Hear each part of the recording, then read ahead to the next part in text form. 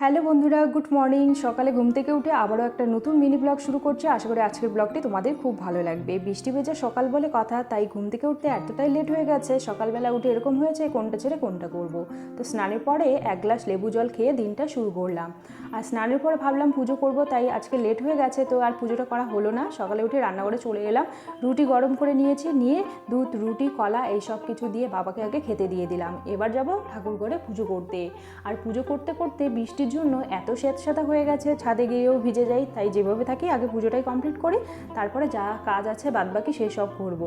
তো পুজো করা আমার হয়ে গেছে। এবার ড্রেসটা চেঞ্জ করে চলে এলাম সবজি কাটতে। আর বাড়িতে যারা আছে তারা এখনও ঘুম থেকে ওঠেনি, তো ভাবলাম এই ফাঁকে রান্নাটা কমপ্লিট করে দিই। তো আমার সকালের রান্না 10:30টার মধ্যে কমপ্লিট হয়ে যায়। তো আজকেও সেরকম রান্না হয়ে গেছে। এবার সবার জন্য চা বসালাম। সবাই ঘুম থেকে উঠেছে, দেওর বরের সাথে জমিয়ে আড্ডা দিতে দিতে আজকে চাটা খেয়েও নিলাম। তো আজকের ব্লগটি এখানেই রাখছি, টাটা।